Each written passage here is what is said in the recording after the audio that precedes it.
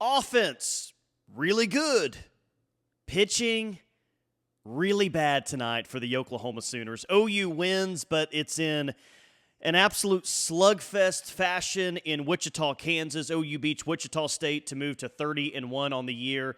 The problem is you're not feeling great about things exiting tonight's game. In fact, you're probably feeling even a little bit worse about this team after a midweek win against Wichita State because that was, and there's no other way to say it, as good of an offensive performance as that was for OU, and we will definitely spend time and give them credit. Drop your biggest takeaway, your thoughts in the comments, like the video, subscribe to the channel if you haven't already. The offense, that was good, and you had to be that good tonight because your pitching was just that poor. Really from the beginning of the night, from the first hitter that Kirsten Deal faced, I haven't seen this OU pitching staff, we haven't seen this OU pitching staff struggle the way that they did tonight. And it's disappointing because, you know, this is a bit of a difficult spot for this team. Not that Wichita State is some unbelievable softball team. They may win their league and they may be in the postseason. Heck, you might see them in Norman here soon. But, you know, it was a tough spot in that you go to Missouri, back-to-back road SEC series. You come home, then you got to go back out to Wichita before you come home for a big series against Tennessee. But you just expect a lot better from that, in the circle anyway, because I thought they came out offensively and they hit really well. But I wanted tonight to be, you know, our biggest question mark right now is who's the number 2 pitcher on this team? Heck, who do you have confidence in outside of Sam Landry right now? Maybe that's the bigger overall question is, well, who's not just the number 2 pitcher? Who can you really rely on at this point outside Sam Landry to eat up innings and get outs? And what I was hoping for was that tonight was going to give us just a little bit of a confidence, a little bit of a boost going into a big-time series against Tennessee. That Kirsten Deal would get the start, and she would look great, and Peyton Monticelli would get some innings, and she looked great, and maybe even Isabella Smith gets in there, and she looks great. And we all just come out of this midweek game saying, all right, it's not fixed, it's not perfect, but hey, that was a nice performance against Wichita State. Maybe they were about to play or pitch and do some of their best things in the circle. It was the exact opposite, and that's why tonight is really disappointing is you probably feel as low as you have the entire season about this pitching staff. And again, Kirsten Deal, just not a great outing. 2 1/3, 6 hits, 6 earned runs allowed in the 2 1/3 innings. 1 walk, just the 1 strikeout, but she gave up 3 home runs tonight, including 2 home runs in the first inning. Just not what you were looking for from Kirsten Deal. And she got that 8-0 lead after the top of the first inning.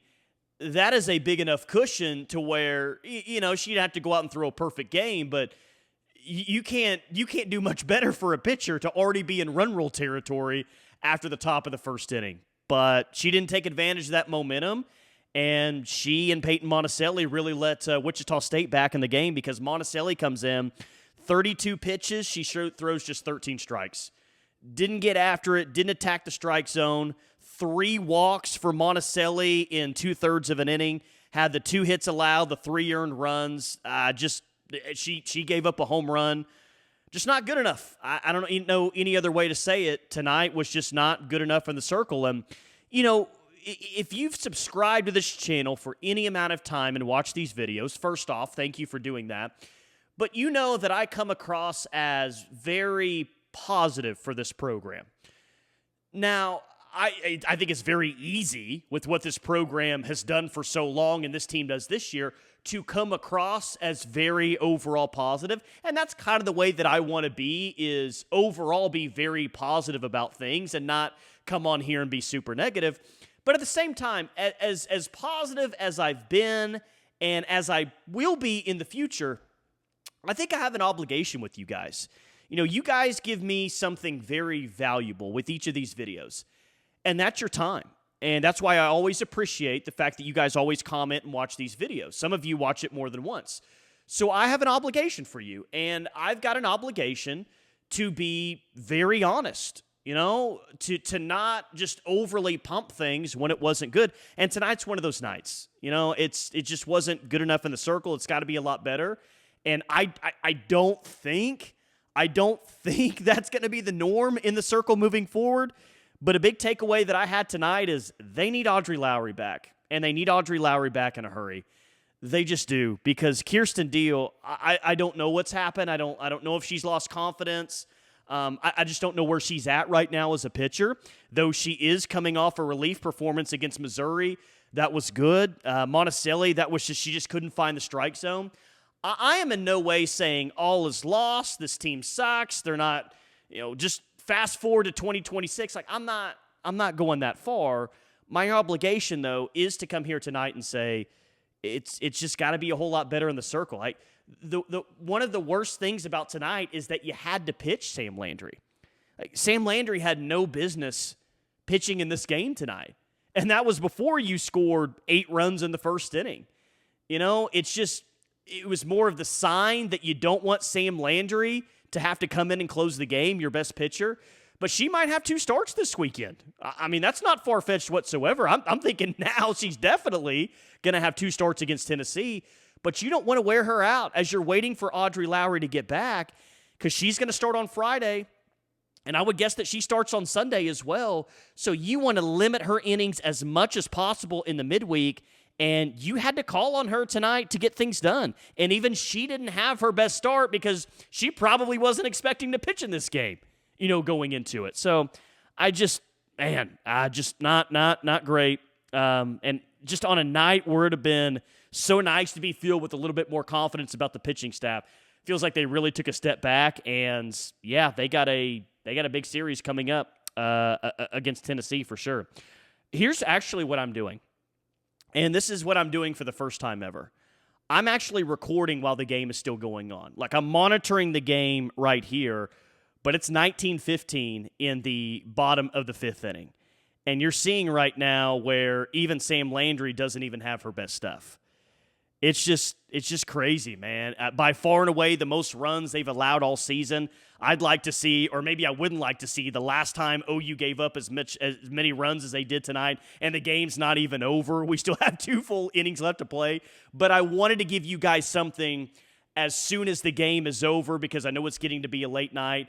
And look, the story is already written with this game. I mean, whatever the final score ends up being and whatever graphic I make at the bottom of the screen for the final score, the story for this game, and I'm recording in the top of the 6th now, it's already written. It was a very bad night in the circle, and they've got to get a whole lot better moving forward. They do. But with that, and I probably shouldn't have taken 8 minutes to get to this, I bow down to the offense, because they were great tonight, but they had to be that great tonight. They were great as soon as they stepped off the bus. 8 runs in the first inning. Nice to see Maya Bland do some things. She had the 2 RBI hit. Abby Dayton had the bases clearing triple in the top of the first inning. And I probably like you said, this is over. 8-0 in the top of the first inning. We're playing 5 innings tonight. Let's go. Run rule territory already.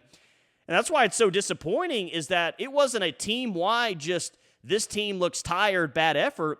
You put the pitchers in a great situation to limit their innings, not have to rely on Sam Landry, and look what happened. You had to play as many innings as you did tonight because you gave up so many runs. But offensively, you're up 14-3 after 2.5 innings. Final score ends up being what it is. It's 14-12 in the top of the 5th. And I do want to give some credit to the offense for that, because it was 14-12 on the top of the 5th, and you're thinking, we could lose this game. There's a chance we could lose this game. And then Nelly kind of starts things off and gets an RBI double and just crushes it in the gap. And that's my captain right there. That's what a captain does. You're in a bit of a tight spot. All the momentum is on the other side. There's over 1,200 fans, a Wichita State record. I know the majority, probably Oklahoma fans that were there, but the majority is on the side of Wichita State, and, Nelly hits the RBI double to get things going offensively, and they end up scoring 5 runs in the top of the 5th inning. So offensively, I will say great night, great effort, great at-bats, but that's what's unfortunate, isn't it, is that a great offensive night won't be talked about enough, won't be appreciated enough, won't get to until the 8-minute mark on this video, because unfortunately the main overall story is that the pitching just wasn't very good tonight. And man, I hope it gets better. It's got to get better in a hurry, because I think we all know they cannot rely. It cannot be the case where you rely on Sam Landry every single game. You just can't. Like, physically, she can't do it. Patty's already said multiple times that she'll never do that to another pitcher like she did Paige Parker.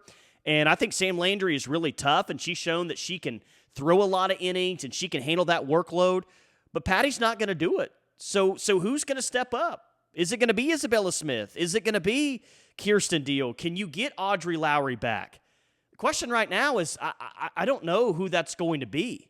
It's worrisome for sure. It's definitely worrisome, and they've got to get right. Now, on the flip side of tonight, would you rather win in a slugfest like you did, or would you rather get shut out and lose to UCF like the Florida Gators did tonight? I'm not saying either of those are a great turnout, but if you are looking for the silver lining tonight, well, they are actually easy to find. Your offense was spectacular. You had a lot of production up and down the lineup, and you still won the softball game, and you're still 30-1. And Florida wasn't so fortunate they got shut out by UCF. So there's the silver lining if you're looking for one, but I can already envision what the comments are going to look like on this video. And you guys are going to be, wanting to talk about the pitching and worried about the pitching. And I get that, especially when you just allowed the most runs allowed all season long. And Wichita State's a nice team, but they're far from the best team that you're going to face all year long. Sid Barker got in at first base tonight. Starting to wonder, is she really going to push to be a starter at first base? Obviously, Sid Sanders has been there. She missed that safety squeeze situation. Popped it up.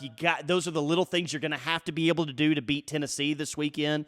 But Sydney Barker really making a case for herself that, they're trying to find a spot for her, I know, but she just keeps giving you reasons as to why maybe she needs more of a thought or even more consideration that she should be an everyday starter. Gabby Garcia stays hot. She hits a home run tonight. Nice to see Pickering hit a home run. That's back-to-back games now where she's homered.